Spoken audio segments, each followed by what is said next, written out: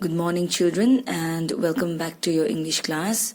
Today's lesson is about using a story map, and the aim is you will be able to use a story map to retell the story, including main events and key details.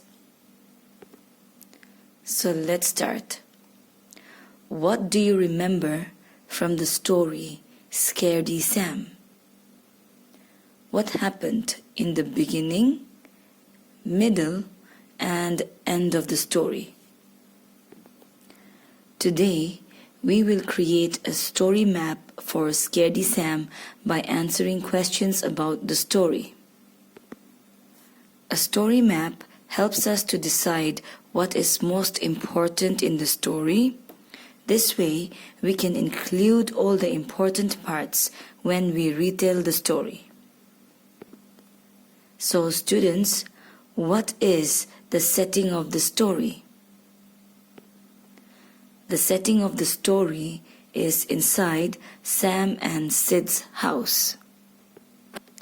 Who are the main characters of the story? The main characters of the story are Sam and Sid. What was the problem in the story? Sam and Sid are drawing in the beginning. Sam got scared of the dark corridor in the middle part, and he wore a scary mask to get rid of his fear in the end. The problem in the story was the fear that Sam had. He could not go to eat a piece of cake because he did not want to walk through the dark corridor. How was the problem solved? The problem was solved when he found a scary mask that helped him to become brave and not be afraid of the dark. So, what lesson have you learned from the story? From the story, we have learned to be brave and not be afraid of the dark. So students, how does a story map help in retelling a story?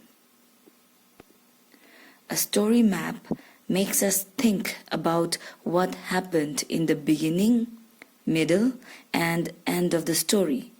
It helps us to decide what is most important in the story.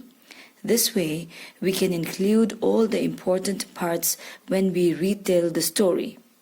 We can leave out parts that are not so important.